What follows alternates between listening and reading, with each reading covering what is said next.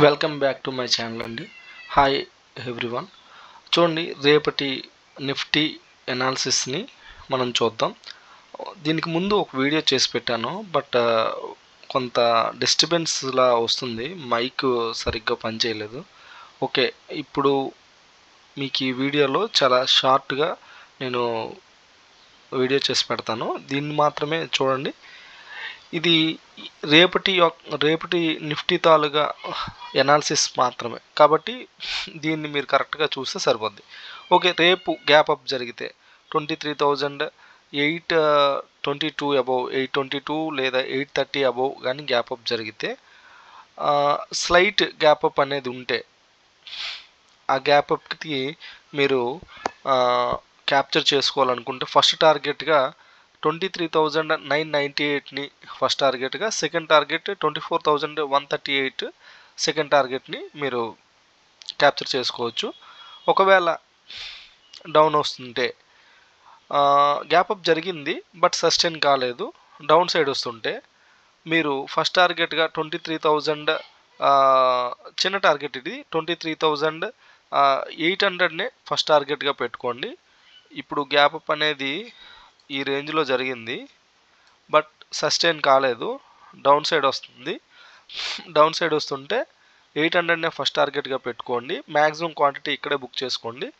దీని తర్వాత ఒకవేళ ఏమైనా డౌన్ సైడ్ వస్తుంటే మీరు నెక్స్ట్ టార్గెట్గా 23,689ని, నెక్స్ట్ టార్గెట్గా 23,598ని బుక్ చేసుకోండి. అయితే రేపు చూస్తే మీకు యాక్చువల్గా ఎక్స్పైరీ అనేది ఆల్మోస్ట్ మీకు ఎలా ఉంటుంది అనే దాని మీద మనం చిన్నగా మాట్లాడుకుందాం. ఇప్పుడు ఒకవేళ ఎక్స్పైరీలో ఓపెన్ అవడమే గ్యాప్ అప్ అయ్యి డౌన్ సైడ్ వస్తుంటే మనకి రేపు ఇలాంటి సందర్భం కూడా రావచ్చు. ఎలా ఉండొచ్చు అంటే, డౌన్ సైడ్ వస్తుంది బట్ డౌన్ సైడ్ కన్ఫర్మ్ చేసుకొని ఏదైతే ఫస్ట్ టార్గెట్ హిట్ అయ్యే ఛాన్సెస్ ఉంటే ఇలా అప్ సైడ్ కూడా వెళ్ళే ఛాన్సెస్ అనేవి ఉంటాయి. ఎందుకంటే అవుట్ ఆఫ్ ద మనీలో ఉన్నవి ఇన్ ద మనీలోకి ఎలా అయితే మారాయో, ఈరోజు మీరు చూస్తుంటే ఈ మూవ్ ఏదైతే డౌన్ సైడ్ వచ్చిందో, గ్యాప్ డౌన్ జరిగింది, దాని తర్వాత డౌన్ సైడ్ వచ్చింది. Put side out of the మనీలో ఉన్నవి ఇన్ ద మనీలోకి వెళ్ళాయి. రేపు call side out of the మనీలో ఉన్నవి ఇన్ ద మనీలో రావని గ్యారంటీగా ఎవరు చెప్పలేరు కదా. మార్కెట్ రేపు అప్ సైడ్ కూడా వెళ్ళొచ్చు కదా. ఎటువంటి గ్లోబల్ ఇష్యూ ఉన్నా కూడా ఎక్స్పైరీలో అప్ సైడ్కి వెళ్ళే ఛాన్సెస్ అనేవి ఉంటుంది. కాబట్టి మీరు మ్యాక్సిమం క్వాంటిటీ 23,689 దగ్గర బుక్ చేసుకొని అప్ సైడ్ నిఫ్టీ మూవ్ అవుతుంటే అప్ సైడ్ని మీరు క్యాప్చర్ చేసుకోవాలనుకుంటే మాత్రం స్టాప్ లాస్ అనేది కన్ఫర్మ్గా మీరు పెడుతూ అప్ సైడ్ మూవ్ని క్యాప్చర్ చేసుకోండి. ఎవరైనా సరే బాగా నాలెడ్జ్ ఉంటేనే మాత్రం దీని తాలూగా ఓన్లీ అంటే ఎక్స్పైరీలో మాత్రమే మీరు ట్రేడ్ చేసి సంపాదించుకోవచ్చు. ఎక్స్పీరియన్స్ లేకపోతే మాత్రం ఎక్స్పైరీని విడిచిపెట్టేయండి బెటర్. తక్కువ ప్రీమియమ్స్ ఉంటాయని ఎక్కువ లాట్స్తో చేయొద్దు. రిస్క్ ఎంత ఉంటుందో రివార్డ్ అంతే ఉంటుంది, బట్ రిస్క్ అనేది రివార్డ్తో పోల్చుకుంటే చాలా ఎక్కువ ఉంటుంది అన్నమాట.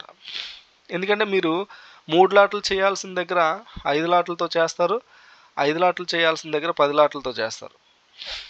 మీరు అలా చేసేటప్పుడు ఆటోమేటిక్గా మీకు అలాంటి రిస్క్ మేనేజ్మెంట్ తెలియకపోతే మాత్రం మీరు ఎక్కువ మనీ మీ క్యాపిటల్లో పోతాయి కన్ఫర్మ్, అందులో ఎటువంటి డౌట్ లేదు. చూడండి, ఒకవేళ మీరు 24,000 దగ్గర రిజెక్షన్ తీసుకుంటే, 24,000 దగ్గర రిజెక్షన్ తీసుకొని డౌన్ సైడ్ వస్తుంటే మీరు ఫస్ట్ టార్గెట్గా 23,858ని క్యాప్చర్ చేసుకోవచ్చు. ఒకవేళ రేపు నిఫ్టీ అనేది గ్యాప్ అప్ జరిగినా గ్యాప్ డౌన్ జరిగినా పెద్దగా మూవ్ అనేది లేకుండా ఈ రేంజ్లోనే మూవ్ అవుతూ కన్సాలిడేషన్లో ఉంటే మాత్రం ఎటువంటి మీరు ఎటువంటి ట్రేడ్ని చేయకుండా బ్రేక్ డౌన్ కానీ బ్రేక్ అప్ కానీ జరిగితే అప్పుడు మాత్రమే ట్రేడ్ చేయడానికి చూడండి.